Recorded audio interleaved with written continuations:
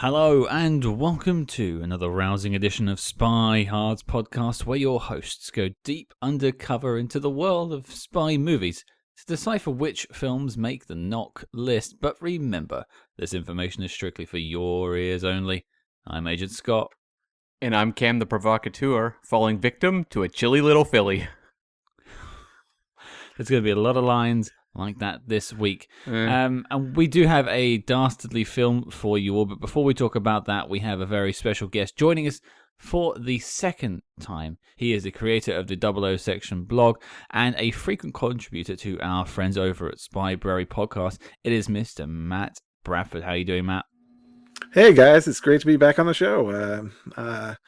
Yeah, happy to be here. Now, you had a long introduction in the last time you joined us. Cam, what film was that?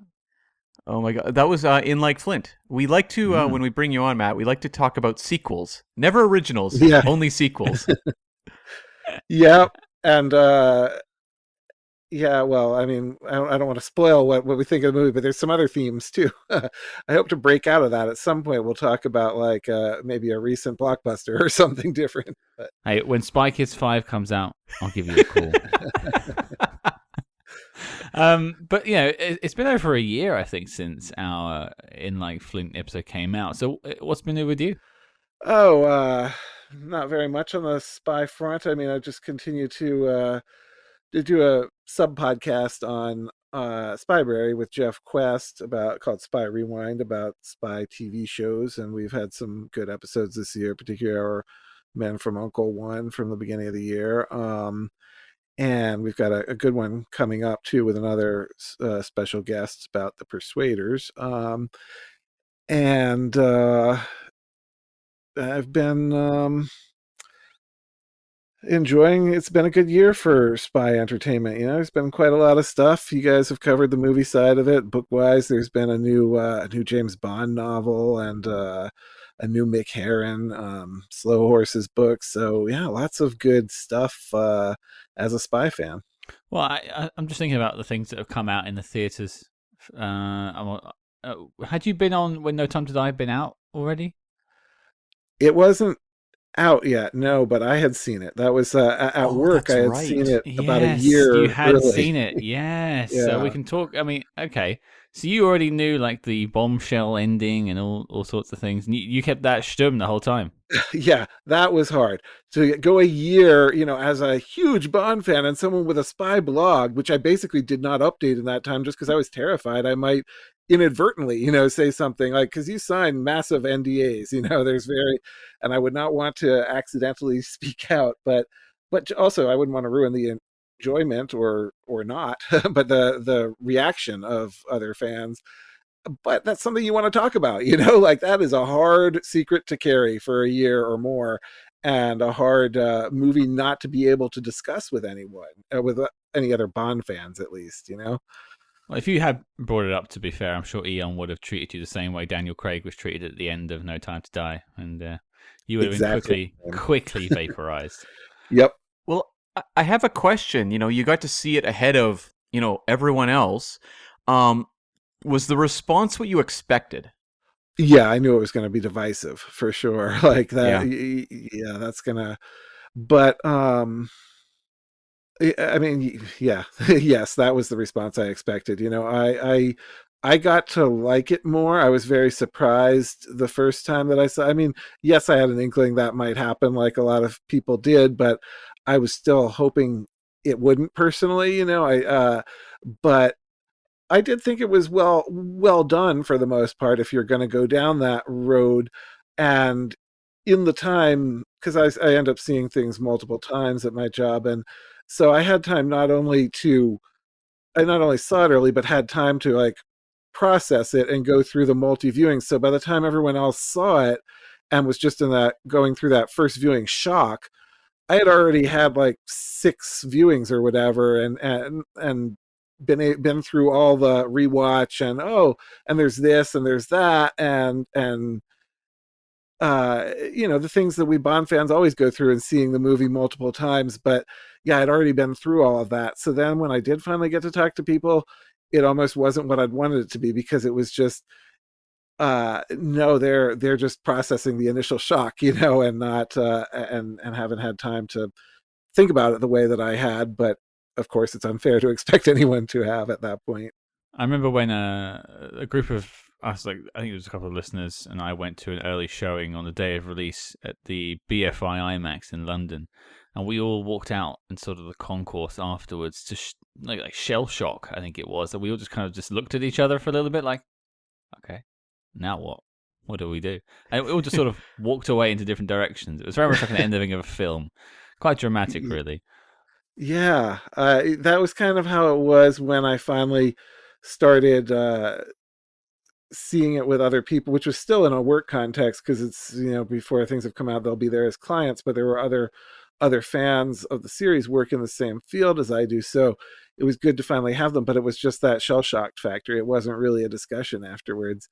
Did you manage to avoid the spoilers, like up until you saw it in the theaters? Yep. Yeah, I saw it day of release. Same. I think we had it a week earlier than you did, Cam. Is that right? That's correct, yeah. And it was Australia that had it the worst. They had to wait like a month, 2 months, I think, something like that, yeah, like September, I think it was. Outrageous, Yeah. really. And they managed to. A lot of them managed to avoid it too. Yeah, knowing in advance what it was, I couldn't believe they weren't going day and date with this one, because most big movies do now. It's only Bond that really has been doing lately that UK first, which I get. I respect the UK pedigree of James Bond, but this movie, of all things, I would think you would want to release on the same date around the world. You should have just ended that sentence there. You respect the UK pedigree. Well, aside from James Bond, is there any other spy films you've watched over the last year that have come out you've enjoyed? There's been a few that have come out in the cinemas. Oh yeah, there's been quite a few good ones. I liked Operation Mincemeat a lot. I liked which was a rare movie that presents Ian Fleming but didn't go into the temptation to turn him into a James Bond proxy. Right. In fact, overall stuck fairly close to the book, the historical book that Ben McIntyre wrote, which was great. But yeah, it was nice to they couldn't help like their like Q branch reference or whatever, but he didn't end up like at the end of that miniseries where they just made up historical events to put him in action or something. What else? Yeah, you put me on the spot. There have been quite a few good ones, and I'm just not remembering them at the moment. I did not care for the one that you guys discussed recently, the 355. Yeah, that's there's not been many that have messaged us at time of recording. That's the episode we have out currently, and there's not been many that have been like, "Hey, your guys' take was completely wrong. It's a great film." Everyone's been like, "Yeah." It's a shame though, because I was looking forward to it when it was announced. Like a spy ensemble with this cast, yes, and I am actually a fan of Simon Kinberg, who you gave a lot of grief for some very deserving reasons. But his first script was the Mr. and Mrs. Smith. Yep. Which that was, I think he wrote it when he was in NYU, which is just unbelievable to me. And that is such a smart script. It really is, like, in terms of going through the sort of stages of grief in a breakup and then doing it as an action movie. It psychologically it works. It's just whatever you think of the finished product, it is a smart script. And then nothing that he's done since has really lived up to that level, I don't think. But I do like some of the things that he's written. Days of Future Past was pretty good. I did enjoy that one. That's a good film. Yeah, I mean, I think he's a smart guy, just based on on that script, and then on even the scripts that haven't turned out so well. You can tell that there's there's still script writing things to them that are very impressive. And as a producer, he's made some smart moves, clearly. But so yeah, his involvement did not deter me from being excited for it. I was like, that was even a factor in looking forward to it. But yeah, just unfortunately didn't live up to the potential that it had. I think we're still waiting for that breakthrough female-led spy film. I'll keep lobbying for it. I would like to see it. Yeah, it was really interesting hearing you guys talk about that, because I think all the ones that you were mentioning were original IPs, and I wish that we lived in a world where original IPs always took hold and and became hits, but for whatever reason we don't. And I think what we need is a real is a real like series thing to be rebooted. And to me and a lot of literary spy fans, it's the answer's always been Modesty Blaise. Like, even though that's a dormant IP that people don't know, it's still got that kind of history that makes it easier to sell than, I mean, some of those were based on books. The rhythm section, which I actually really loved, I thought that was a good movie, but had no marketing behind it. And it was based on an IP, but not one that people really knew. But Modesty Blaise is at least a name in the public conscience, if only from a couple of songs that mention her, and I think that's the way to go for creating a successful female spy franchise. Go with one of these existing things. That said, I do hope that there's an Atomic Blonde sequel. I think there could be.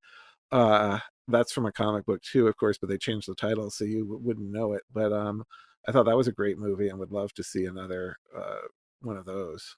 I mean, even also in like the Marvel universe, like the second Black Widow played by Florence Pugh, because it's like they waited too long for that first Black Widow movie where it was kind of more of just a wrap up to a character.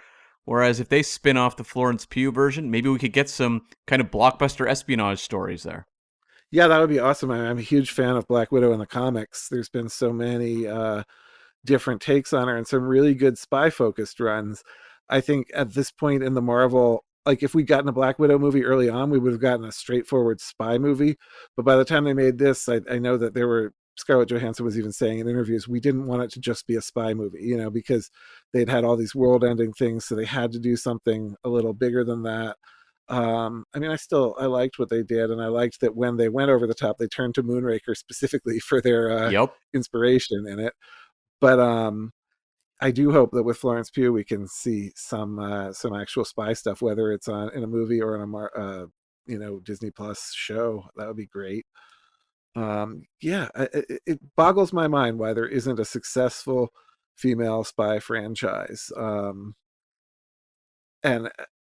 But the answer is not turn James Bond into a woman, as people keep saying, and it just surprises me that the very people who say that then don't go and see the rhythm section. So I don't know why they're not supporting the female-led spy franchises that we get. I think the absolute best one we've had was Atomic Blonde, and that didn't flop or anything, but it wasn't the mega hit that it really deserved to be.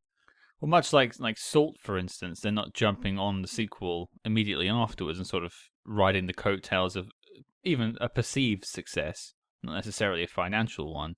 If they announced Atomic Blonde 2 today, I think a lot of people would be like, "Really? It's a bit late. Have we missed that train already?"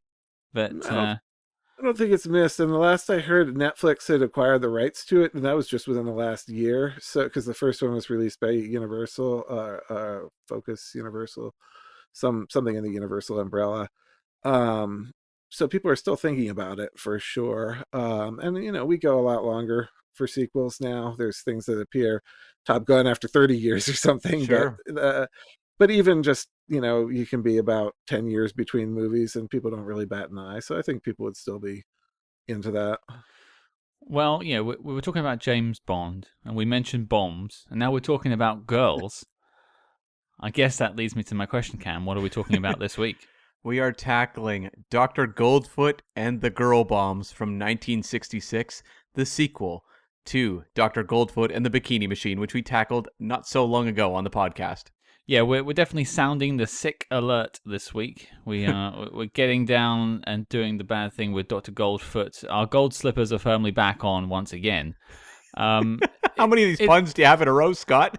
I've got literally half a page of them, Cam. I have prepared for this. To be fair, this film is full of one-liners that I've robbed completely. Well, before we do the Letterboxd.com synopsis, I know I'd obviously never seen this film because I hadn't seen the first one. Cam, this your first time as well? Yep, for sure. Yeah. But interestingly, we were talking with you, Matt, before we even recorded the first Goldfoot episode, and you specifically requested the sequel. So you must have some sort of connection with it. Yeah, that might be a masochistic streak to request the sequel in this case, but it has an interesting story, and I like that. Like, not the movie's story, but the story of the movie. It's a very weird thing in that it exists as a sequel to two different movies at once. It's not just AIP's American International Pictures follow up to Dr. Goldfoot and the Bikini Machine. It's also Italian International's follow up to a big hit Eurospy parody they had done the previous year called Due, I'll butcher the Italian, but it's Due Mafiosi contra Gold Ginger, which had a super popular in Italy comedy team of Franco and Ciccio. Um, and Emphasis on popular in Italy. but very popular in Italy. Like, these guys were the Adam Sandler of their time and place, and they're very regional specific. Like, even within Italy, I think they're Sicilian, and I think that there's a very specific thing that Sicilians react to in comedy, but they reacted in droves. So their movies were all huge hits, and but not outside of Italy. The that previous movie did eventually play in America because AIP bought it for television, and it was released under the title The Amazing Dr. G, and you can find it out there. It's dubbed into English, and of course they have these sort of broad Super Mario accents for Franco and Ciccio, but it's it did play on American television, but no one had seen it at the time that this sequel, Dr. Goldfoot and the Girl Bombs, came out. So what they did, they had to craft a movie that was going to be a sequel to both, and they set a lot of traps for themselves that we'll get into in doing that. But I do find that fascinating. But I wasn't aware of this one at first. The first one I knew of was Dr. Goldfoot and the Bikini Machine, and I discovered that when I was in college and programming movies for a all night horror marathon that we used to do at Northwestern called B Fest, where we would play 24 hours of B movies. And there was quite an art. People would come from all over the country to see this, and they still do. This wasn't something I started. It wasn't something I finished. It was there before me, and it's still going. But there's a real art to programming it because you want to keep people awake and interested. So there's tricks like varying black and white and color movies throughout the middle of the night, but then there's also like you put the um you wake people up at the worst part of the night with something shocking, whether it's some sort of semi porno kind of thing or some sort of like just bizarre how does this exist movie. And then there's standards like they always play Plan 9 from Outer Space at midnight and end with a Toho movie. But going through the catalogs of film prints to book, that's when I became aware of Dr. Goldfoot and the Bikini Machine, and it's just a title you can't ignore. And it stars Vincent Price, and it's Dr. Goldfoot and the Bikini Machine. I want to see this, but I wasn't able to book it for whatever reason. I think the prints weren't actually available. They were in the catalog, but they didn't have them. So that's when I was aware of it and wanted to see it. I didn't actually see it until later, probably the DVD release, I'm guessing, when I think that and Girl Bombs came out at the same time. Was that the Kino re-release? Is that the one? No, there was a release before that. I think it was part of MGM's Midnight Movies line, which was this great line they did of a lot of horror movies, but some other things too, and the whole Vincent Price AIP oeuvre pretty much.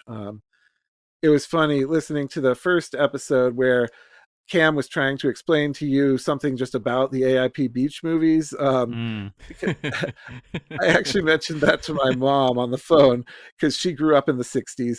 And I'm like, how do you explain Annette Funicello to someone who's never seen that?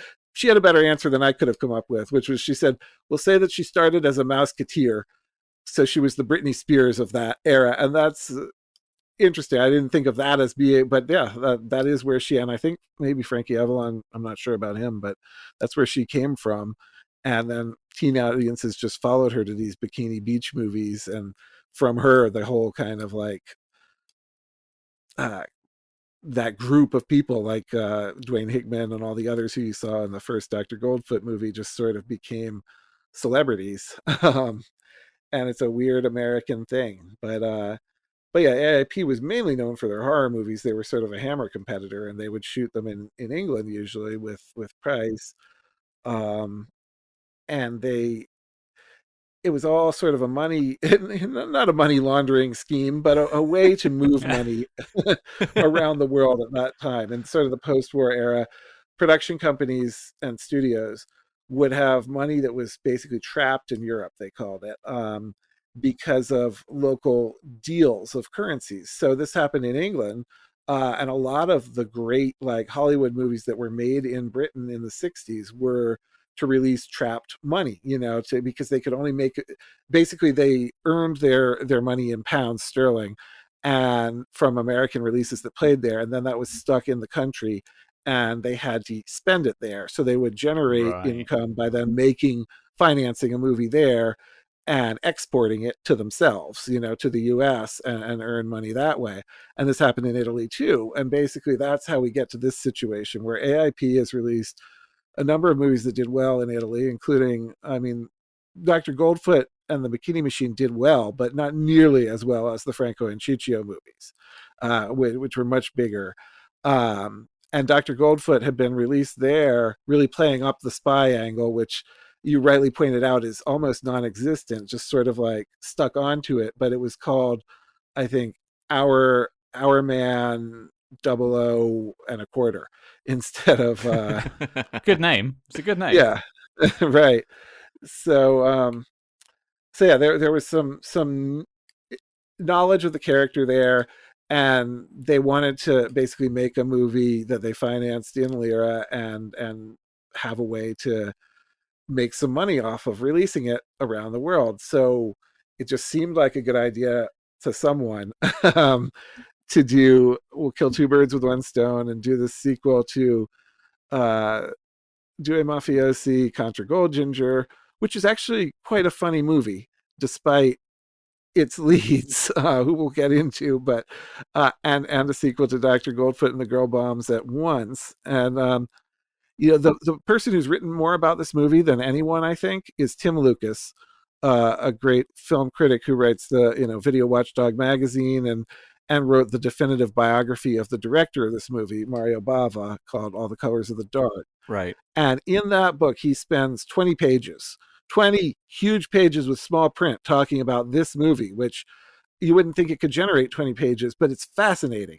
Oh, and it was, because it just talks. Yeah. Oh, Cam? I think Cam has dived deep into its treasures too, by the looks of it. Oh yeah, I mean, this was one of the most convoluted making ofs I've come across for this show. I mean, it was up there with like a Casino Royale 67 and Never Say Never Again. I love that sort of stuff. So what I'll do, let's get your letterboxd.com synopsis for those people that haven't quite donned their bikini machines just yet. Dr. Goldfoot and the Girl Bombs. Meet the most titillating time bombs ever.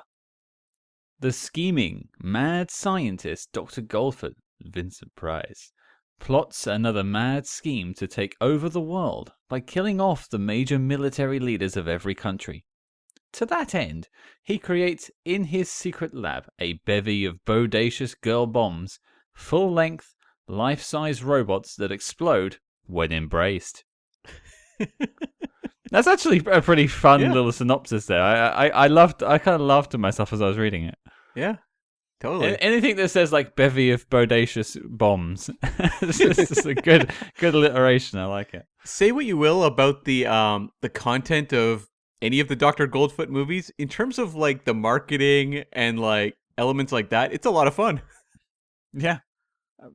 Maybe not the films, but we'll get there. The marketing, and not that TV special we watched. The TV special we watched was, that's stretched a little bit. Yeah, stretch is a good word. I would sure love to see those original numbers though, because they recreated them for the TV special, but I wish the outtakes existed. Like that, the whole concept of it being a musical or musically inclined film really makes sense when you think about it. The type of comedy these films sort of have, but it sounds. I had a pun lined up for this sort of segue into the behind the scenes stuff, and now Matt's given us a sort of taste of the behind the scenes. It's actually even better. So, Cam, it sounds like you won't have a hard job. Well, telling us about the behind the scenes of this film. So please go ahead. This one was a headache. Like a lot of the time when I sit down to do behind the scenes on a movie, it's about an hour of research or so. This one, I think I was like 2.5 hours because there was all these conflicting reports. Wow. It was crazy. I was even looking at like places, like the AFI Institute, Turner Classic Movies, and they were giving conflicting versions of things that had happened in terms of the making of this movie. So it really was quite convoluted for ultimately a movie that, I mean, not a lot really have heard of these days. So that was fascinating. As, Matt said, like this was envisioned initially as sort of a sequel to the Franco and Ciccio film, which translates to Two Mafia Guys versus Gold Ginger. And then American International Pictures picked up co-financing, and that's where the idea of creating the two films came from. And the version that played in Italy, it was written by Franco Castellano and Giuseppe Moccia. They were veteran Italian writers, started in the late 50s and just continued onwards, wrote a lot of movies for the Italian film industry. They also had dialogue work from Franco Dal Car, and the idea for that individual film came from the head of Italian International Pictures, Fulvio Lucisano. And I just want to apologize to anyone who's Italian. I am butchering these names because I am sure that I am. There's going to be quite a few mispronunciations, I think. But I do have a question. You were both sort of talking about Italian International Pictures. Yeah. Did everyone have an International Pictures in the 60s? Was there British International Pictures and Ecuadorian International Pictures? I don't know. Do you know about this one, Matt? I don't. I know Italian International was sort of a specific counterpart to American International. They were partners. I think they were basically sister companies to some degree. Oh, okay.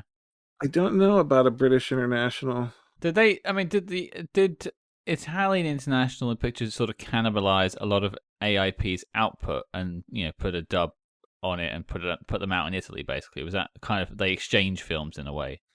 Yeah, that's a really good question about cannibalizing, because I don't know about the foreign releases. I don't think so. I think only we did that serious cannibalizing. I think the other countries, for the most part, just did the dubs and released them. But in America, they tended to recut these foreign things. The most famous example being Gojira, Godzilla. Yeah, I bet that's a pretty uniquely American thing, but maybe other countries do it. And so the English version of this, which, Scott, it's the version you and I watched. It's credited to James H. Nicholson under the name James Hartford. He was the founder of American International Pictures. He's, behind the first Dr. Goldfoot film, and it also features writing credits by Louis M. Hayward and Robert Kaufman, who worked on Bikini Machine as well.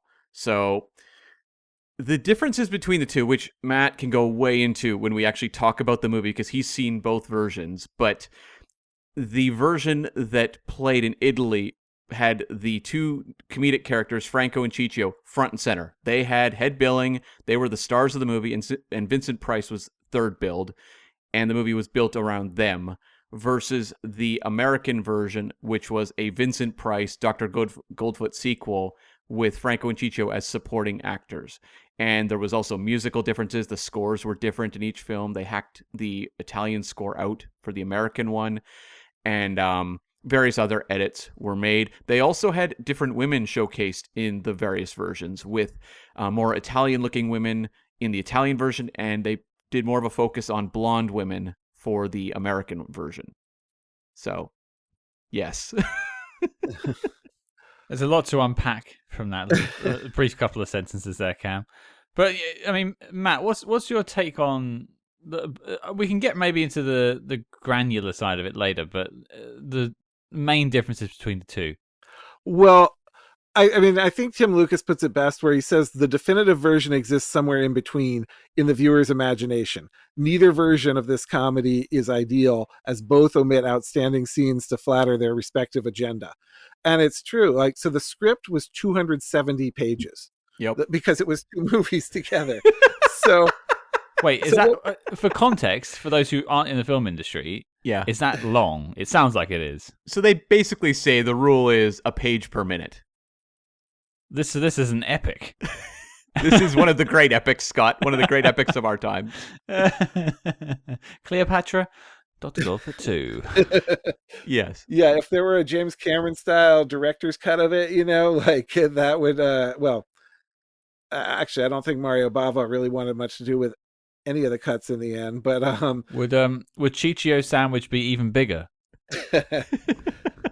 he might have eaten like 3 of those through the scene, He during the scene he's really eating that thing. So I wonder how he did it on set, because he must have eaten several of those blocks of like whole loaves of bread. In the Italian one, there's a joke where the blonde behind him is like biting off pieces too, but I don't think that was in the American cut. No, it's not. There's like one bit. I know we're going off topic, but like he takes a bite of it and then goes to kiss a girl, and like she like avoids his kiss because he's got like meat hanging out of his mouth. I was like, oh my god, what am I watching? Anyway, I'm sorry. This sounds like a circus, and playing the ringleader to this circus was Mario Bava, the director who was brought on to work on this project. This man is one of the legends of Italian cinema. Got his start in 1940, initially as a camera operator. He went to work in effects.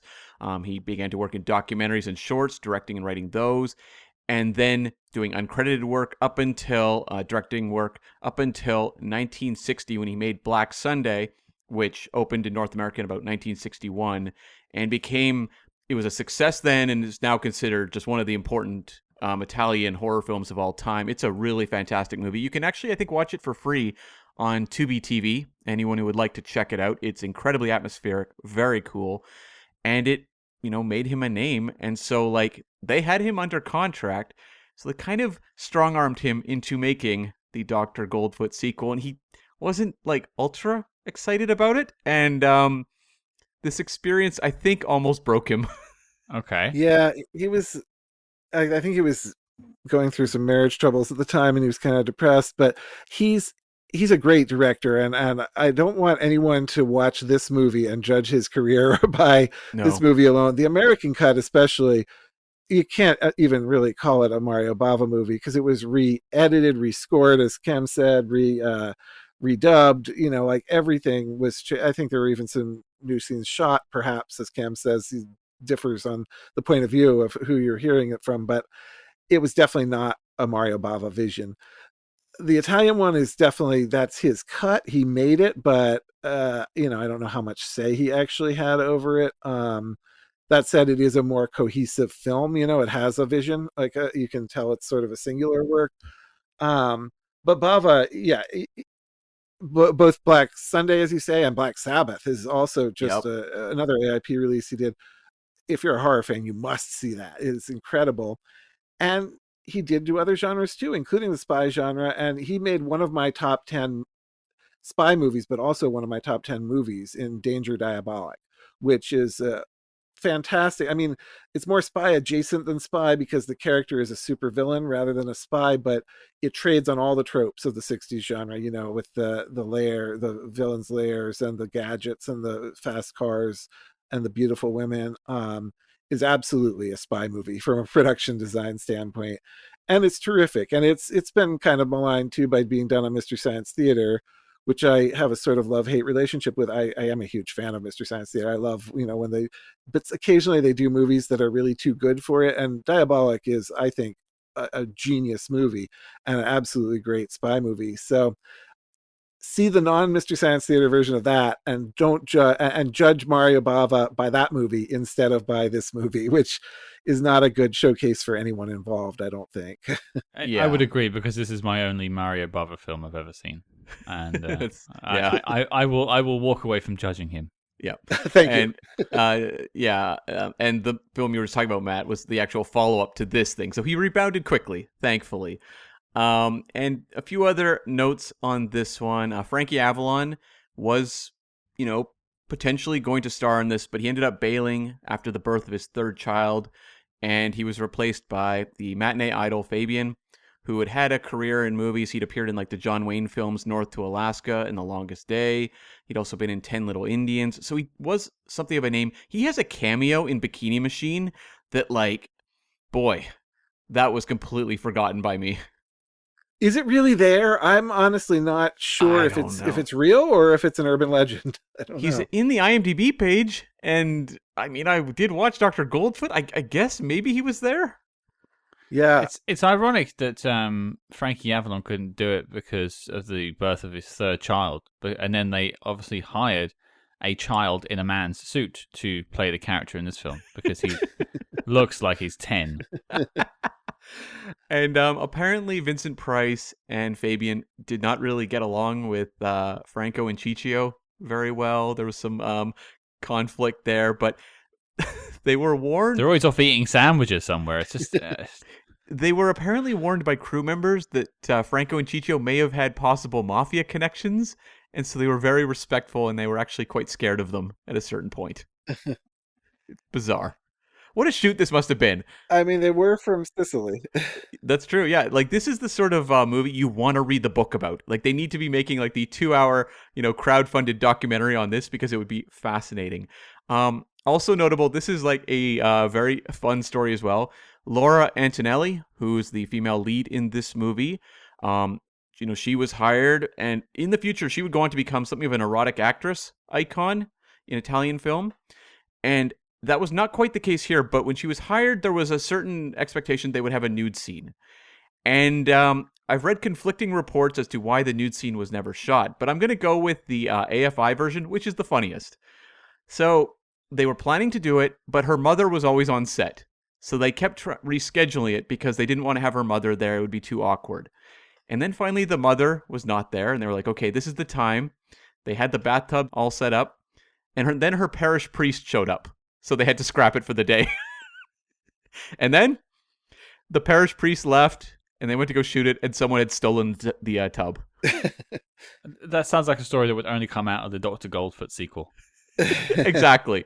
Can I just ask, what is an erotic star? Like, is that just us being nice? And does she work in pornography later, or is it like one of those? She was just sort of scantily clad in a lot of films. I think it was more just like very sexualized, European films. I don't think it was what we think of as like pornography. That would be my assumption. Right. No, it was mainstream Italian cinema, but in the 70s there was a lot of nudity in every genre. Like they did these sex comedies, and they did the giallo horror, thriller movies, which all tended to feature a lot of naked ladies in both of those. And Roger that. Yeah. Ironically, she ended up mostly cut out of the Italian one. Like she's a pretty big part of the cut that you guys watch, the American one, and much smaller part in the Italian one, partly because her storyline is with Fabian, and he's diminished in favor of Franco and Ciccio as the stars, but also partly apparently out of revenge because AIP was upset with her behavior on set, not just having her mom around, but like being a real prima donna. And as a result, ordered her cut from most of the movie in Italy. Speaking of, I've actually brought my priest to the recording. I'll just pass over the mic to him now. American International Pictures exec Samuel Arkoff had the best quote. He said, "The only picture she ever made with her clothes on, and she made it for us." Okay, all right. Yep. That's a bit stingy. All right, fair enough. And Vincent Price also had a quote about this production. He said, "The most dreadful movie I've ever been in. Just about everything that could go wrong did. At one point, they even lost the soundtrack to the whole movie. They literally lost it, which is why the movie is dubbed for significant sections, because they had actually improv'd so much that even the script was no help to them when it came to dubbing. So they had to try to just like read lips and imagine what they were saying at the time, try to remember the best they could." That answers so many questions I have about the dubbing in this film. Like, it blows my mind watching some of these sequences, and that they're not even close to matching what's on screen. And having had that Mary Claypool interview a couple of months ago, I now know how difficult it is to match sort of lip sync. Yep. Also, it wasn't just this. Yes, this film had crazy things, but in Italy in general, they just shot MOS. They didn't do recorded sound on stage anyway, partly because they did so many international co-productions with stars from various countries. So all the movies that they shot at that time and all of Bava's movies were all dubbed. Like that's just how they did it. There's a bit about that in Quentin Tarantino's Once Upon a Time in Hollywood too. Like they just in the spaghetti westerns, they would all be shot with everybody kind of speaking their own language, and then at the dubbing stage they would put it into it's not like it's a new thing. You look at a lot of the Bond films in the 60s, and most of the women are dubbed, the villains are usually dubbed. They just maybe do a wee better of a job matching it most of the time. I think they do a great job in the Bonds. They also probably have more money. Yeah. So as Matt said earlier, like this was a hit in Italy. Like it was actually quite successful. The Italian version, the American version was, I found the quote, a disaster. And Bava was blamed for it in America. American International Pictures really threw him under the bus, even though the version that played in America really wasn't his movie at all. It had been cut to pieces. And the top 3 for this year, number 1 was The Bible in the Beginning. Number 2 was Hawaii with Julie Andrews. And number 3 was Who's Afraid of Virginia Woolf? And, Mario Bava, he'd be okay. He'd bounce back the next year and go on to have a really interesting career. He'd pass away in 1980 with his last film being Shock in 1977. And also, we touched on it earlier, he made the movie Black Sabbath, which is, picked up by a certain band of the same name and is carried on to this day. So, Bava's legacy has lived on in many ways.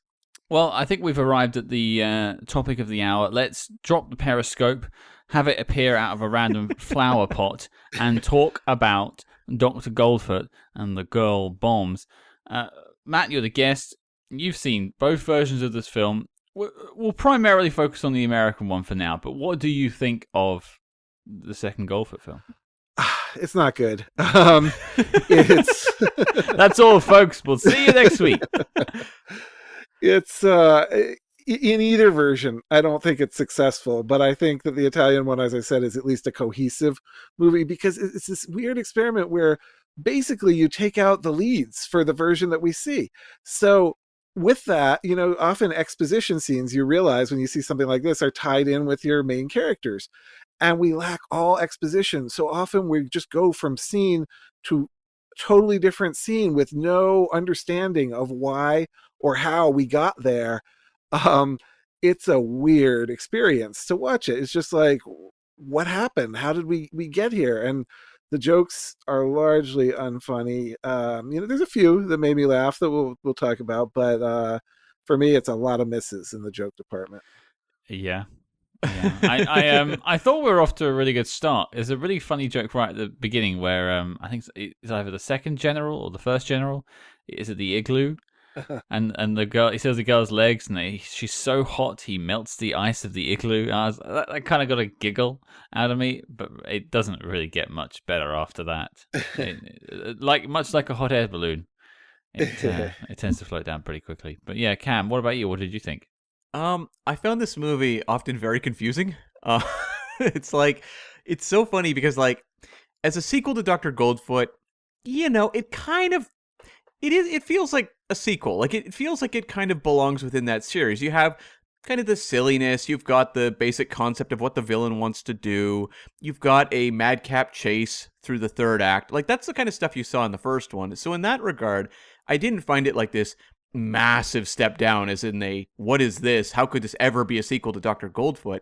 But the wedging in of Franco and Ciccio, I found incredibly distracting. And no offense to Italian listeners who enjoy the comedic stylings of Franco and Ciccio, I've said on the podcast before that often comedy doesn't translate when you ship it to various other countries. I feel like Franco and Ciccio don't really work for a Canadian viewer like myself. I was very annoyed by them consistently, and I kept wondering why they were taking the movie away from the characters I was more familiar with. Once I did the research, I understood exactly why. But there's sort of that 60s, kind of colorful fun to this movie, but it was the confusion that completely threw me. I didn't understand, the Bill Dexter character. I thought it was actually a recasting of the Frankie Avalon character. And so you had a scene early on where he runs into Dr. Goldfoot on the tarmac of an airport. And I was baffled why they didn't recognize each other, because they had done nothing to explain who Bill Dexter even was or what his relationship was to anything. And there's a point that kind of sums up the movie where you're confused for half an hour or so. And then Vincent Price starts talking to the camera. He starts, breaking the fourth wall to explain what's going on to the audience. And he has an extended bit where he turns and he says, okay, here's how this works. I've created these women. They are bombs, and they are going to take out generals. And I'm like, I get that. It's everything else I'm confused about. And he completely glosses over anything else that's confusing. He only tells you the obvious that you can figure out. Well, so Franco and Ciccio humor doesn't translate to Canada, but I'm guessing igloo humor is right down the sweet spot for Canadian audiences. That kind of falls into that Naked Gun kind of comedy where I'm like, that is universal. It's a Commonwealth joke that we all get. So Yeah. No, I get what you're saying about it not explaining things, and there's and it doesn't make sense not having that connective tissue to Frankie Avalon, because you think about how he's thrown out of Sick. Yeah. And that kind of almost tracks with the first film, because he doesn't really get on well with Sick. And so you think, oh, so there is connective tissue. But it never really explains why this chap, this Bill Dexter's not in Sick, and he's trying to get back into it, I think. Like, on my second viewing, I was trying to plot his story through brief mentions between him and Laura Antonelli's Rosanna. My condolences, Scott. That must have been a very difficult journey for you.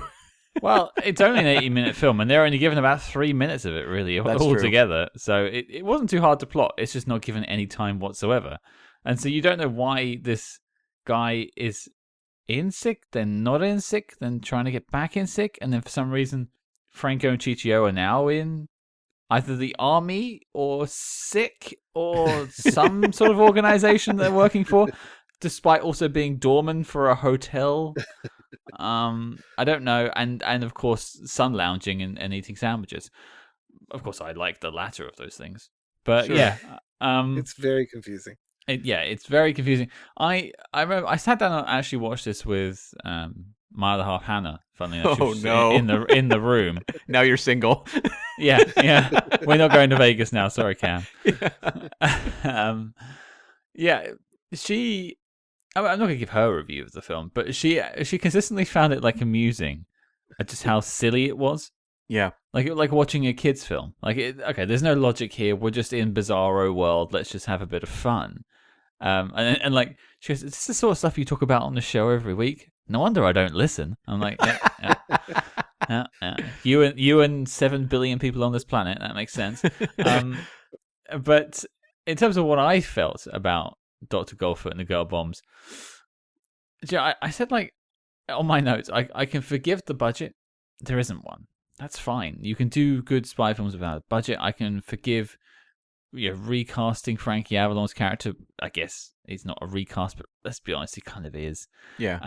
And even like the lack of having money to pay for the Supremes and a better score, like none of that's here. What I can't get behind is just how pedestrian the pacing of this film is. Despite it being an 80-minute film, I was checking my watch so often during this film. Like I was not bored, I was bemused so quickly. Like, this is just going to be an 80-minute assault on my senses and my sense of self. And it was. And I didn't find it offensive. I just found it to be aggravating. And especially some of the bits Cam mentioned, the Franco and Ciccio, man, it's in my dislike section. They were like hot needles into my soul.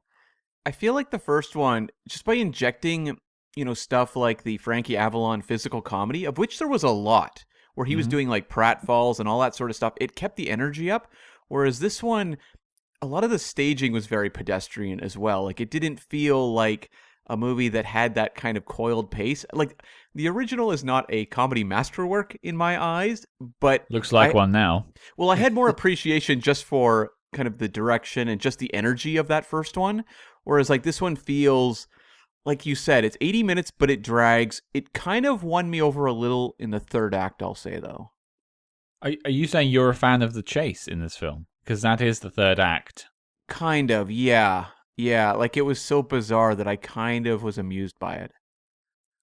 So Cam had clearly lost his mind. Possible. Yeah. Especially when, as I recall correctly, you weren't a huge fan of the chase in the first one, which I actually really like, but didn't that go on too long for you, or something? I liked it to a point. It was when it started repeating gags, like with the exploding car the second time and that sort of thing. Like, I thought some of it was fun. And that was kind of how I felt this time. I was wishing that the boat offshore would blow me up in the last sequence of this film. I was just hoping much like No Time to Die, I was hoping I'd get James Bonded. Sure. Well, okay, well, let's talk about things that we did like. It might be a short list, but I'm sure there's a couple of things in there. Matt, what have you got? I liked some of the gags. I liked the hydrogen bomb having a warranty when they're on the airplane at the end and they go down. That made me laugh. I liked the gag where they all get onto the plane. They're in a hot air balloon and then they get on a plane. And as each person goes in the door, they punch the person in front of them. So first they're punching bad guys, but then like I think Franco comes on and punches Ciccio or something. They're like punching each other. It's just become a sequence. So there were a few things that, you know, I laughed at. But most of all, what I liked about the movie is not what's in the movie, but it's this sort of extra textual thing we're talking about. I like just seeing the experiment of what happens when you try to do a movie as serving two masters at once. And like I just said, what happens when you cut out your lead characters, since the real thing essentially is a Franco and Ciccio vehicle and they're mostly cut out of the American one. And it just, you know, it affects the movie in so many more ways than I would have expected. So I like that about it, but that's not really a compliment. It's more like a curio for you in a sense. Like it's fun seeing what could have been done. Yeah. And I mean, there are things that I like in the Italian cut. There's definitely more things I like in that. The opening, for example, we do get a recap of the first Dr. Goldfoot in this one, but just like Cam was saying about Vincent Price's explanation, it doesn't like tell us the things it doesn't answer our questions. It just sort of recaps what happened, but doesn't say what happened to like Frankie Avalon or something. And instead of that, in the Italian one, we get basically a James Bond credit sequence of dancing girls and with Franco and Ciccio in there. And they're like, oh no. Pull up. I actually found it quite funny because they're looking, you know, they're seeing these giant semi-nude women, you know, dancing. And they're just kind of looking in amazement at it. And of course, like trying to touch them and then they disappear or whatever. Is it like those videos of like the cat with like the iPad and the fish on it's trying to like tap the fish? Yes, is that they're just trying to grab them from thin air? It's kind of like that. Okay. And I do want to explain about Franco and Ciccio something because we mention them by name, but it's hard to convey the essence of Franco and Ciccio to a listener who hasn't seen them. You have the floor. Ladies and gentlemen, Matt Bradford. Like a lot of your classic comedy duos, there's a short one and a tall one. The short one is Franco. The tall one is Ciccio, I believe. And Ciccio's got a mustache. Franco's humor, his shtick, is almost entirely face-based, which I find particularly annoying. Where That's the case with Scott as well. It drives me crazy. I'm always grinning and showing my teeth when I'm making comedy acts. Yeah. I mean, there's people who overcome that, like Jim Carrey. You know, he started out as a very face comedian. You know, he'd do these routines, but he's brilliant at it, where he can do an impression just by changing the shape of his face.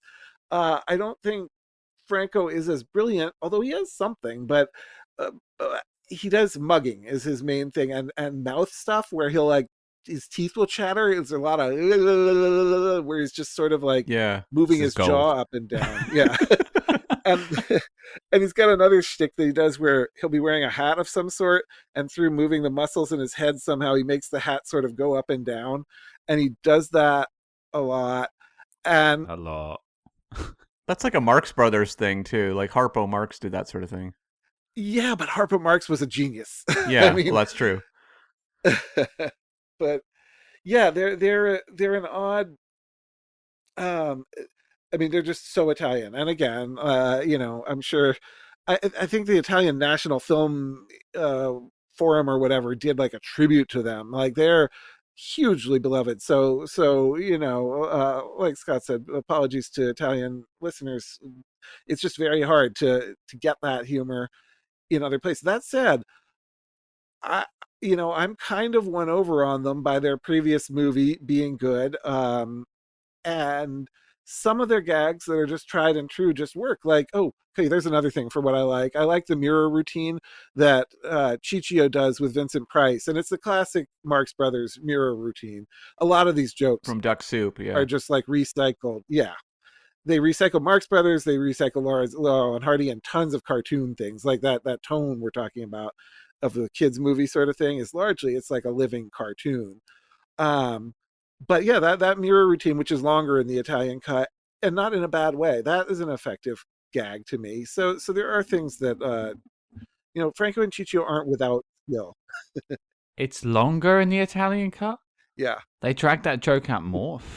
They do. Wow. The thing about Franco and Ciccio is, like, we're judging them based on this movie, which I don't think they would have held up as one of their all-time greats. It might be a little bit like judging Jim Carrey on, I don't know, Mr. Popper's Penguins or something.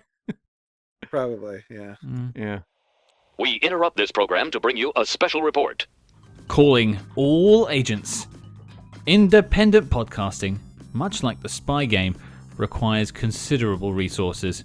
Whether it's research, equipment, hosting, or of course constructing a top secret volcano lair, we're putting out the call for your support. That's right. As you may know, we've activated the Spy Hearts Patreon, home of our ever-growing lineup of Agents in the Field episodes where we decode non-spy films from your favorite spy actors and full film commentaries with more intel than a Basil exposition briefing. Cam, what have we got in our crosshairs this month? Do you want the truth? Because this week on Agents in the Field, we're going to tackle 1992's A Few Good Men. Can you handle it? And if that sounds delicious, then become a true spy hard today and join the circus at patreon.com/spyhards. But before this message self-destructs, Cam, resume the spy jinx. Cam, what about you? A like? So I'll name just some gags I liked because it's kind of tough to work those just into a general overview of what you liked. I thought the part where they had all the people in the trench coat and they said, "Listen, giant sir," that made me laugh really hard. That was maybe the best gag. I laughed at that too. I also thought the gag where okay, the fast motion chase, I kind of admired the energy of it. It started off kind of annoying me, but at a certain point, it was kind of like the rake bit in that Simpsons episode where Sideshow Bob keeps stepping on rakes, where at a certain point, it just becomes even more funny because you're just kind of going out of your mind watching it. Mm-hmm. And that was the case with that chase, where it's kind of a silent movie chase. It's having the cards pop up like a silent film. But where it really got me, where it kind of won me over, was they are being tailed by a guard or the purveyor of an amusement park, whoever this gentleman is. And he's talking like a chipmunk. His voice is all sped up. And this continues for a prolonged period of time. Some would say a torturous amount of time. But at a certain point, he is basically bails out of a hot air balloon. And then a couple minutes later, he's in a cloud as an angel. And that was the funniest moment in both Dr. Goldfoot movies. I genuinely laughed out loud at that. And he's still chasing them for the money. Exactly. That made me laugh pretty hard. But in terms of other things, I just thought visually this movie sometimes clicked with me, where I just appreciated that sort of 60s beauty you get, where this is going to sound like the most backhanded compliment, but there was a shot of a staircase I really liked when they're showing that hotel, and they used that shot a couple times. It's really beautiful. If you print that out, you could put that on that One Perfect Shot social media account. It just looks fantastic. There's also the scene where you have all of these women in gold bikinis all dancing in synchronized movements. And I was like, that is the kind of craziness that I enjoy in these Dr. Goldfoot movies, where it's these kind of feverish visions of 1960s spy spoof stuff. I thought that really worked. So it's when they had moments of visual invention, it could kind of win me over. It was just I wanted more of it. So, yeah. We got some insight there into Cam's desktop wallpaper. It's just a shot of the girls dancing. Thank you, Cam. That staircase shot is such a Bava shot. There are moments where his visual style does come through. Not many, honestly, in this movie, but that's one of them. Yeah. The moment that made me... This is not a good shot. but there's a moment that made me laugh where like they have this panning shot of Dr. Goldfoot's laboratory, which is clearly just an empty set Sure. with a couple of like little tables with beakers on it. You could see that lack of budget in this film, and it's such a long shot of this empty, wide room with no one in it whatsoever. You just think, like, come on, guys, either don't show it or put some stand-ins there and some tables with beakers. I don't know, but that did get a giggle out of me. The only thing I'm surprised no one's brought up is, in terms of likes, is Vincent Price. Like, I know he doesn't get enough time in the film, and the film doesn't make any sense. But he's as great as Dr. Goldfoot as he was in the first film. He totally gets the camp fun side of the role and leans into it completely. I know, obviously, he didn't have a good time making it, but I still have a good time watching him. That's true. I mean, watching him jump out of a plane with an umbrella like Mary Poppins, I'm like, what more can you really ask for? Yeah. Did you miss his sidekick from the first one, Igor? No, I did not. I liked Igor. I was kind of like an Igor fan. I think having a foil for him in a sense where he could just like throw jokes out worked for me. Yeah, I thought he played well off of Igor, so I missed him. Now, I like, well, one thing that I like about this movie is that it's more of a spy movie because, yeah, as you pointed out, the first one, despite the, being a ostensible Goldfinger parody, is not real. The plot is just like trying to get gold digging, but this one is actual. It's a standard issue Euro spy plot of we're going to kill NATO generals, America and Russia are going to destroy each other so that China conquers the world, and Dr. Goldfoot is working with China, which is interesting. But so his two sidekicks are both Chinese, and the really interesting thing is they're both Chinese played by actual Asian actors, which is not a common thing in the 60s. Tons of times you would have Caucasian actors in offensive makeup doing those roles. So this, I mean, that's something I will give it credit for. That said, like, you made the hard job joke at the beginning. Her name, the female assistant, is named Hard Job. I don't get it. There's a lot of jokes you can make on the Odd Job name with job. Like, clearly, you can be filthy minded about it and do a lot of things, but Hard Job is not one that comes to mind, and it doesn't seem to suit the character. Did I miss something there?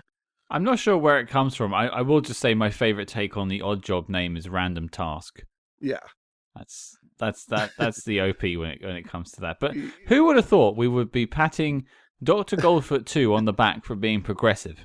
Well, I was going to ask you, what did you think of how the Asian characters are treated in it, though? I mean, that's a whole other question. Yeah, because I mean, it's like, and apparently they did want to cast more Asian actors to kind of capitalize on the popularity of Odd Job and Goldfinger. So that was something that was, I guess, on their minds.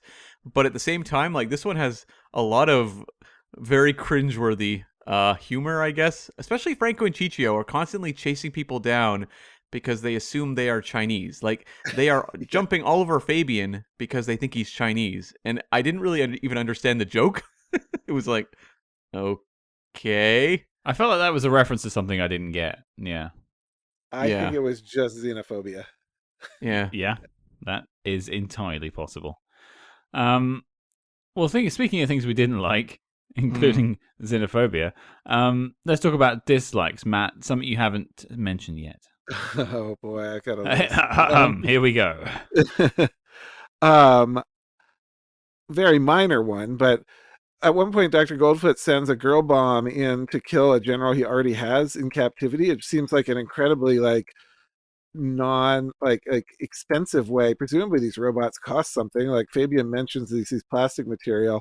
So, aren't there more economical ways to kill someone when he's already in your captivity? But that's a very minor quibble. But was that the general that looked exactly like Dr. Goldfoot? Yes. There's the one with the stutter that I was originally going to open this episode with, but I thought that was A, in bad taste, and B, a very bad joke. Yeah. Yeah, that was General Willis, and I was completely baffled by that character. I didn't understand why he looked exactly like Dr. Goldfoot. I guess money. Just so that Dr. Yeah. Actually, that's true. They apparently, according to the audio commentary by David Del Val, they had another actor to play that part. And then, I guess they weren't able to hire him. So, yeah, I think it was money to some degree. Price ended up playing both roles. But yeah, other things that I didn't like were Oh, the girl bomb's outfits. They're not really flattering. They're for that gold lame material, I guess. It gets really it bunches up and has a sort of baggy fit. Um and at some point they probably should have decided that it's cool to have gold, but maybe this isn't the best way to do it. I don't know. It fit Franco quite well. Yeah, That's true. that's true. And that is the best moment of its use. That actually worked better for me than the Price in drag bit, which should have been funny, but that's going in my dislikes. So Price is at one point pretends to be a pregnant nun for some reason, to mislead the authorities and think that his He was pregnant? villa. That was the bit? Yeah. I was wondering why he had a bump. I didn't... Oh my god. I got the nun Yeah. part, but I didn't get the pregnant part. I think so. I mean, he has this big pregnant like prosthetic belly on. Maybe he's just trying to change his body shape, but it seemed like he was supposed to be a pregnant nun. Was it a miraculous birth? Whoa. Like so many things in this movie, it raises Yeah. more questions than Let's it not dig into that one. I didn't like the chase. The chase that Cam liked. Whoa. No, you got to own that, Cam. I You said said you liked it. It somewhat won me over. No. Cam, you mentioned the chase in your likes section, so it's Cam Smith approved. I like some of the gags in the chase. It kept moving. It did. You're going to be talking about it comparing all future spy chases to that gold standard, the Goldfoot standard. Oh no. I didn't like. To me, I like the chase in the first one a lot more. I didn't like any time that this went into zany sped up mode of like, hate sped up. yeah, okay, yeah. I mean, okay, you're referencing silent movies, but so what? It doesn't make it funnier. The sped up thing, it's something Scott and I have really not liked in things like Gotcha. Like when you get to some of those 80s movies and they do it, where it's like really eye rolling. This one kind of worked, but at the same time, there's scenes where like it's malfunctioning robots, where it's an actor like bouncing all over the screen. And I was like more annoyed by that usage than I was in the chase. But at the same time, I really wanted to see that footage just played at normal speed to watch this. I think it was always an actress doing it, like just having to run around a set looking crazy. Like that must be really funny to watch at normal speed. That's true. Maybe just the behind the scenes footage. That's it. Yeah, that's all I Okay. need to see. Yeah. Cam, what about you? A dislike? Obviously, I know you spent a lot of time analyzing the chase of this film. Sure. So maybe you don't have any more. I mean, to me, it was just like the overall sense of storytelling confusion. That I can kind of look past that sort of thing in like a wacky madcap comedy if I'm having fun with it. But the fact that like it felt pedestrian just made me that much more annoyed. And I thought like the lead, Bill Dexter, played by Fabian, I thought he was like terrible. Like he just had no charisma, and I didn't hold Frankie Avalon up on the echelon of the great actors of yesterday. But then watching this one, I really admired what he was doing. As I said, with like the physical comedy and the energy scene to scene, like Fabian just felt kind of lost in this movie. So he didn't work for me. The female lead, the character of Rosanna didn't work, nor did their dynamic where he keeps kissing her and she keeps slapping him. And I'm like, okay, this isn't particularly funny. So none of that worked. I want to say I did like one thing about that, which was that in the American cut, it's one of the few things that actually pays off, because you get a lot of things that are set up and don't pay off. But her not wanting to kiss him and not liking coffee is then when there's a girl bomb version of her, he can understand why that's not really her. So I enjoyed that was a storyline that had a follow through. Yeah. Also, to be fair, as an audience surrogate, I think Bill Dexter works quite well because we were also confused and didn't know what was going on. That's a good point. Another thing that annoyed me was they introduced a piranha pool and then did nothing with it. That is a sin. In the Italian version, do they do anything with it? Oh yes, there's this whole bit, like so many of the things that are set up and not paid off are in the Italian one. And I want to chalk that pacing issue you were talking to this American editor Ronald Sinclair, I think. Yep. Again, rather than Bava, because that Italian one does flow better. It does, it's paced like a movie as opposed to whatever this is. But the piranha pool is a great payoff where they go back. Well, Franco and Ciccio, when they break into the place, they find it, and they, for whatever reason, Franco wants to go for a swim, which doesn't make much sense. But he dips his foot in, and his shoe gets eaten off. So they go back to the boss, and they tell him, "It's there, Goldfoot's there. Like, look at my shoe." And of course, it makes no sense to him, like saying this, but they're talking about carnivorous fish and pools. But he does go, so that motivates the military incursion that we see, which is totally unmotivated in the American cut, where they're like carrying a bomb for whatever reason. Oh, that's why that's there. Yeah. Yeah, that baffled me. Yeah. They go back and they have this North by Northwest liquor cabinet moment, or Moonraker lab moment, where of course they show up with the boss and they're pointing to a piranha pool, and Dr. Goldfoot has replaced the piranha with goldfish. And one of them, Franco or Ciccio, I think Franco says, "They've turned vegetarian," which actually made me laugh. So to me, that was a worthwhile payoff. And it even goes further, where Goldfoot has stored the piranha in his bathtub while he has the goldfish in there. So they then break into the house and they get into the bathroom with the bathtub full of piranha. Also, when they had gone into the pool initially, the first time, one of Goldfoot's goons had come after them and ended up in the pool. And they try to save him. They reach in, but they just pull out a skeleton. And then Franco's like, a skeleton, and a swimming skeleton, and they run away because they don't get that it was the person turned into a skeleton. They think but anyway, up in the bathtub, they recall that, where another one of the goons comes in and ends up through like pratfalls falling into the tub, and he gets skeletonized. And they at that point, just adding their favorite little xenophobia to that, they're like, "A Chinese skeleton," and they run out of the bathroom. So yeah, the piranha pay off big time in the Italian cut, and they don't pay off at all. Like, I don't know why you even leave the setup in the American version. What is that the same set that's used when Dr. Goldfoot comes up through the bottom of the bathroom for some reason and then leaves? Like, that's just there for Yes. a few beats, and everyone's saying there was a guy in the mirror, and it's like, "This is my perfume," and then he sort of walks out. I didn't know why that was in the film. Yep. Anything like that, chances are it's got a longer sequence associated with it. Or especially those getting from A to B things. There's so much of that where it's like, oh, you see the Italian one, you're like, oh, this is just a little scene. I don't know why they cut it. It's just a couple of seconds that shows how someone gets from this place to that place. Do they do more in the Italian cut with Rita the computer? No, but Okay. actually I did think that was a decent gag. Like, Goldfoot's an early hacker. I didn't like the periscope stuff, that he's got that periscope that floats across the room that Scott alluded to. That kind of worked for me. It kind of made me laugh Yeah. several. The fact that it like just bent the laws of physics, and it was just like Yeah. leaning and stuff. Yeah. I was like, okay, great, sure. But I did like his early hacking, where he like haywires Rita to select the worst agents, and that'll turn up again in a bunch of spy spoofs to come, including the one that I always think of for some reason is Curse of the Pink Panther, where they choose Ted Wass as the greatest detective to look for Clouseau because a computer messes up. Yep. Well, don't they also pick? Isn't there also a robot that chooses Flint in the first Derek Flint film? Yeah.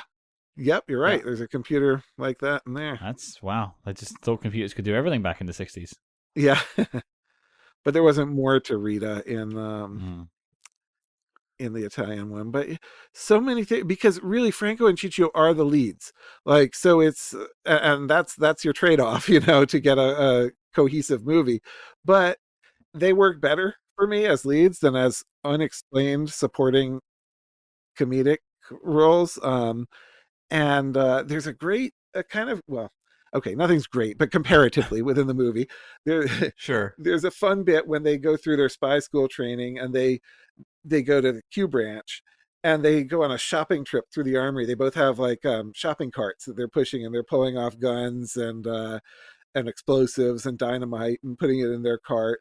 All to a score that the Italian score is just better in general than the American one. And then they get to the end and they find some like gelignite stuff, and they're tasting it, and they're like, pistachio. And then Ciccio doesn't like it, so he spits it out just as the boss walks in, and it blows him up in a cartoon way, of course, where his hair is frazzled and he's got black powder on his face.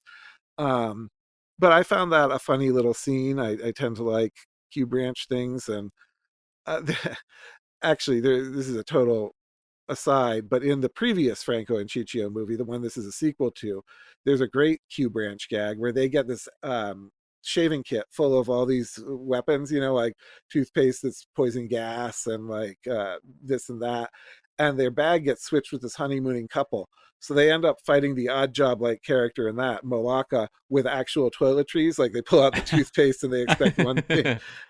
That's a great setup and payoff. That's kind of clever. I like that. Yeah, that's fun. Yeah. I mean, Cam, we should address this now. Are we going to have to cover this other Franco and Ciccio Goldfinger spin-off riff? A Goldfoot spin-off? Well, no, whatever? it was like a prequel, Goldfoot. I guess. A prequel to the sequel. Oh, the prequel. I see what you mean. Yeah, I think maybe we should give it a try. I might need a bit of distance to defrag from my Ciccio and Franco overdose. I need distance, Scott. Plenty of distance. But I'm not opposed to it. I think you got to cover it at some point. I think Matt's just booked his next visit. No. No, he said no. He's not going back to that. I mean, well, I did have a question just for Matt. Like, how does the film open in the Italian version? Like, do Franco and Ciccio come in much earlier? Yeah, so it starts on them after even in the credits, it's them. And because it's a direct sequel to that previous one where they were kind of secret agents in the end, but still sort of like probational. They're already agents and they're undercover as doormen there. And then, they're already sort of known to the organization. It really just relies on the audiences being familiar with the setup already from the previous one. which makes a lot more sense as to why they're just randomly in the hotel. Mm-hmm. Yeah. I think I've already covered most of my dislikes. I won't drag it in too much, but the only thing I just want to say, it's an exceedingly cheap looking film. Yep. It's like Star Trek 1966 levels of cheapness. I think even that looks better than this does. That show looks beautiful. That's a beautiful. It's more like the. I was taking it back. I was walking it back as you said it. I understand why you jumped in. It's more like the live action equivalent of the 1973 animated Star Trek show. Yeah, Dr. Goldfoot is a jerk. That is a reference that no one will get. We've all said the dislikes. This film is exceedingly infuriating. But I think before we take us to the knock list, I'm going to throw out for any final notes. I had a question that I wanted to throw to you all. Yeah. And that is, do girl bombs have sentience? Huh. I was puzzled by this question in my second viewing, because you think of the first film and the bikini machines. They seem to have a will. The Sue Hart robot kind of has a will, and she does what she wants to do, and like falls for Frankie Avalon and that. But in this film, he's just creating these girl bombs, and they just go off and explode over people. Is Dr. Goldfoot a mass murderer of sentient creatures? I think they don't, but there are some moments, and also, are they clones? Because sometimes there's a machine used to clone real people, like with the hat check girl, and then with Ciccio later on. But are they all clones? Like, well, because that's sort of what made me think about it originally. Because there's the coat check girl, and there's also someone he blows up very early on who he brings back again. Is this like a Battlestar Galactica where her like sentience uploads to the network and then downloads into the new body? So it's her last memory, screaming in pain as she explodes over a general. I was wondering that too, and that's no more explained in the Italian cut. But it's a good question. It's probably a bit deeper than they ever intended to go on Dr. Goldfoot too. There is no way that they were putting that much thought into whether these machines were sentient or not. There's no way. My understanding of it is that Goldfoot has reached another level with these ones, and because of the problems that he had with the other ones being sentient, so now they're just pure weapons. But that said, it also kind of makes good on the song, and the first one, the Supreme song, where there's a lot of lyrics about how the girls are slaves, which are certainly problematic lyrics today, but there's more of that with these gold bombs, where at one point in the Italian cut, Franco and Ciccio are tied up in the lab, and they're capering around and accidentally hit the button and turn on the machine and start like a whole parade of girl bombs being made and coming out. and one of them comes up to them and says, what is my command, master? And Franco says, a ham sandwich, calling back to your favorite scene there. And Ciccio has more of a mind. He's like, no, untie us. So, yeah, they seem to be completely submissive to the commands of, I guess, the first person they see. And I just wanted another sandwich gag. That's all I wanted. Yeah. Oh. Yeah. It's interesting to me, Matt, we had you on for In Like Flint, which, we were fans of Our Man Flint, and In Like Flint was, despite being the sequel, somehow, it had more problematic material than the original did. And that's kind of the case here as well, whereas, you can say that there's definitely kind of that winking 60s sexism in the first Dr. Goldfoot, but this one, you've got the racism. You've also got some, kind of intense scenes of them chloroforming young women, where I was like, wow, this is played out a little more intensely than I expected. Prolonged chloroforming as well. They really show how long it might actually take to chloroform someone. Yeah, so it was just interesting to me that this one had those introduced elements that suddenly made it seem more dated than the original, just like the Flint film did too. Yeah, that's a weird theme to the episodes I've been on of your podcast. It is strange. And I actually got a lot of flack on the last one of people online saying, you can't judge old movies by today's standards. What are you guys doing? And I don't think we are. I'm certainly, we're not saying that any of these things stop us from enjoying. Other things might stop us from enjoying the movie, but I'm certainly not saying that those stop. But you just can't look at these things without thinking those thoughts. So I don't know how you're supposed to, I'm not, tearing the movie apart for that, but you can't not talk about these things. They exist, and it's a way to, it's a kind of a pathway into the mentality of the era, which is interesting. I think acknowledging it is the healthy thing to do, and talking about it is the healthy thing to do. I think if someone's watching this film and seeing those chloroform scenes and going, this is fine, that's the issue. There's your problem. Right. Yeah. Yeah. No, we're getting a we're sort of movie sociologists in looking at the past society through that. So yeah, you've got to look at those things and but by no means am I forming my opinion of the movie based on the prevailing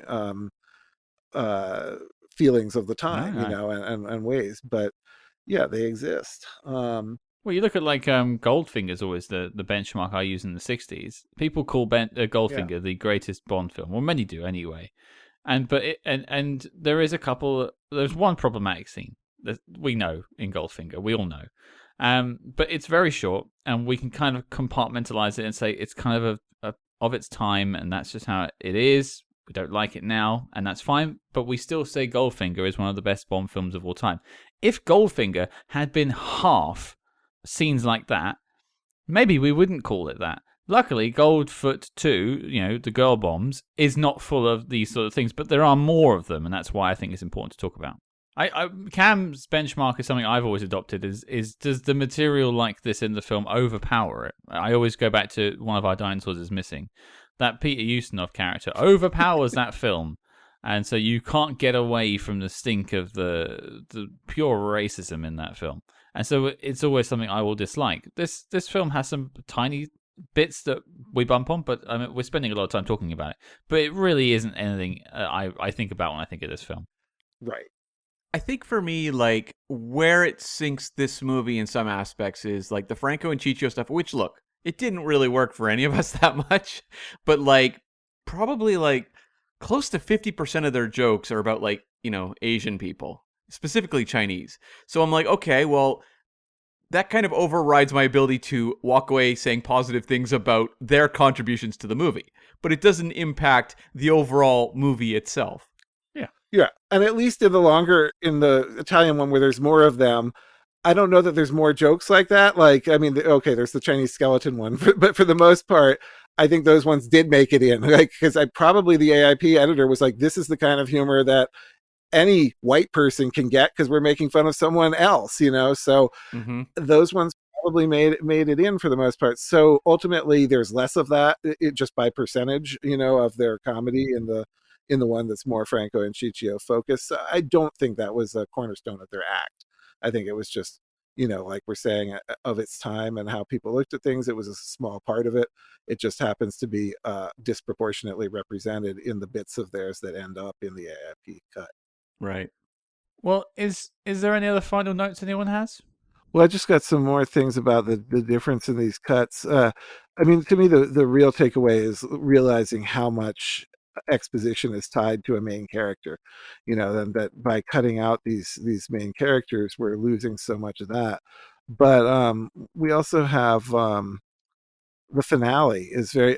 You also lose. So you lose Laura Antonelli in the Italian one because of that weird revenge thing, but you also lose a lot of Vincent Price in the American one. There's more Price in the Italian one because he had a lot of scenes with Franco and Ciccio, including at the end. There's a whole lot when they after they parachute out of the plane and get to Russia.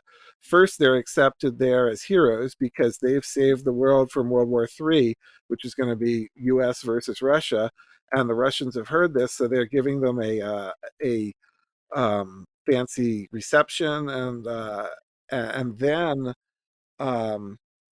in like a very the title of the Italian one is The Spy Who Came In from the Semi-Cold, is what it translates as.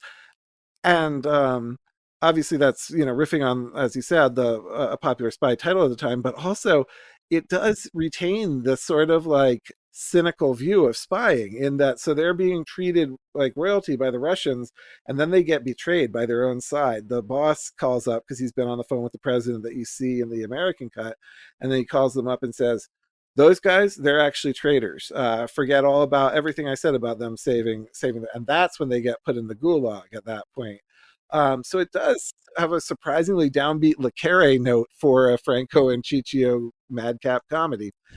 Then there's more of them in the gulag, and Price shows up still unexplained how he can now be, I guess just because Goldfoot is bad and Russians are bad. So from a Western perspective, it's of course he could be a general there, but he shows up at the gulag and they're cooking spaghetti. And there's a gag about how Franco is cold and he keeps trying to get closer to the pot. And Goldfoot comes in and he wants some more. He wants some of their spaghetti. So Ciccio opens the pot, and we end on this truly like horrifying image of Franco inside the pot, like looking up from doing his mugging from like inside this pot. Is he boiling to death? Who knows? The way he's mugging, he could be. I don't think that's what we're supposed to think. But it's still just a really like horrific image, seeing that face looking up at you out of a pot of spaghetti. And on that, we close the Italian version of the movie. I honestly think I want to go and watch the Italian version of this film now. That's the only thing I think I'm taking away from this discussion, is just to subject myself to more sandwich eating. Yeah, no kidding. I mean, this was Mario Bava's first and last comedy. So a very important piece. Yeah. Well, gents, I think we've arrived at the ultimate question. So let's stick our fingers in the socket and dance around the room really fast and answer the question. Does Dr. Goldfoot and the girl bombs make the knock list? The bikini machine is not there, but can these bombs make it? Matt, you're up first. I mean, it's no surprise. No, this is not a knock list film for me. Yep, that's genuinely no surprise for anyone who's just listened to the last 90 minutes. Cam, what about you? Yeah, no way. The first Dr. Goldfoot was kind of like silly nonsense, but like a movie that I kind of have thought back on since we reviewed it, where I've been like, there were some funny parts to that kind of made me laugh. Not enough to maybe go back and rewatch it anytime particularly soon, but nonetheless, I have a certain fondness for Vincent Price in that movie. This one just feels kind of like a lesser sequel to me, and one that is so confused because of all these behind the scenes, various machinations that were going on. So yeah, it's a no for me. Yeah. Well, that's 2 no's, and so again, my vote is pointless.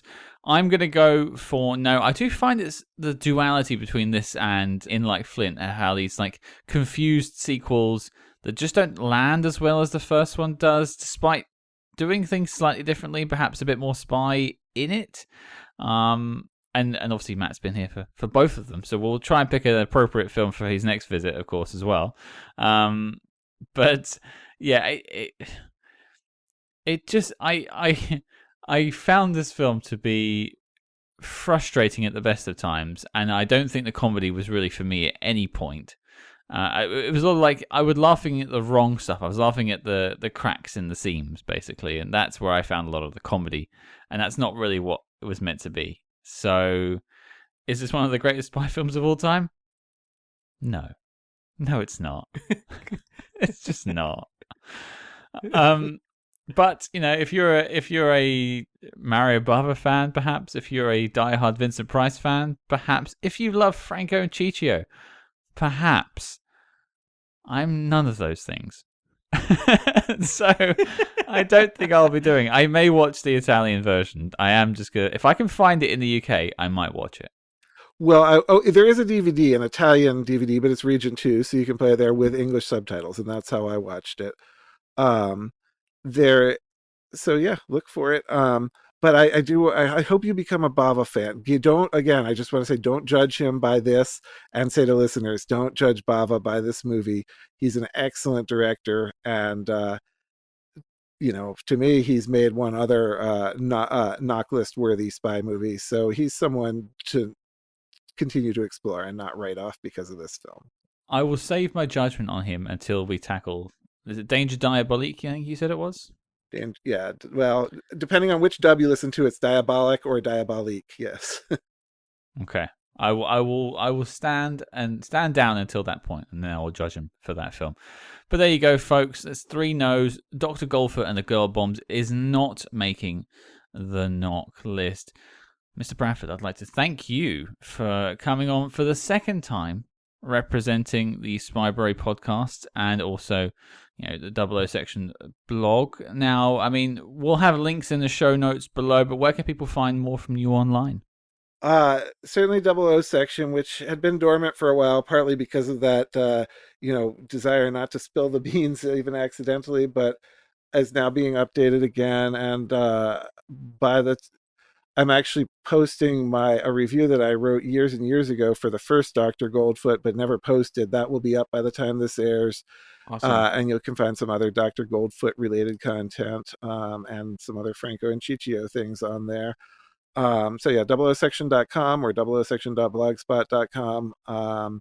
And on Spyberry, you can often hear me. I'm going to be doing a Roundtable Live Spyberry episode next week, or by the time this airs, that will already have aired, but you can find it in their archives, talking about Tim Shipman's list of the 200 best spy novelists, and that's going to be a big Spyberry event. So look for that one, and I'll be back with Jeff Quest doing more Spy Rewinds as well.